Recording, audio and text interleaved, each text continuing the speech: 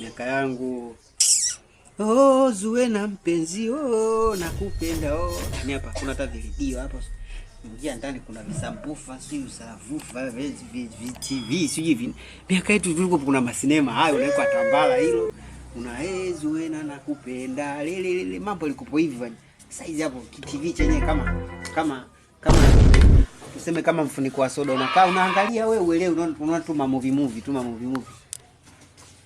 Yaani size imekuwa shida tu. Kabeti wako kanarudi mjuu bwana. Una mambo mengi sana.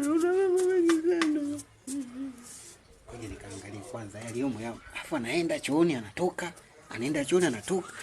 au kana kisukari. Maana vyakula vya sasa hivi. Ngoja kwanza nikaangalia yaliyomo yao.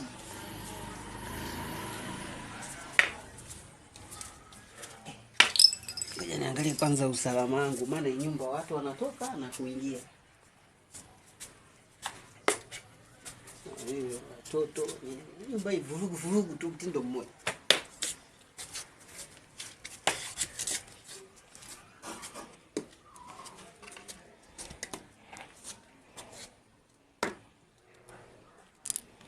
Usalama kutosha kabisa.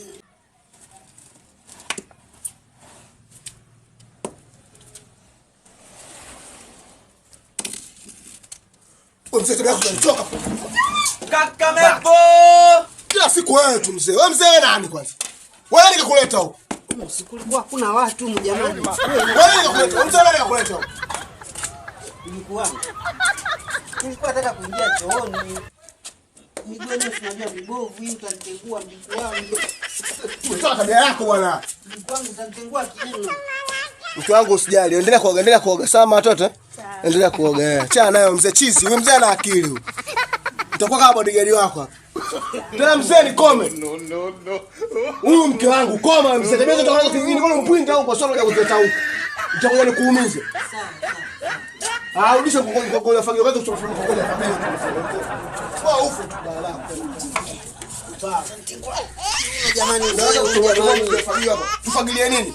Tumekaa ndani kuchafu watu tunakula. Unajifanya mzee mwenyewe wakati kutembea unaweza. Tembea.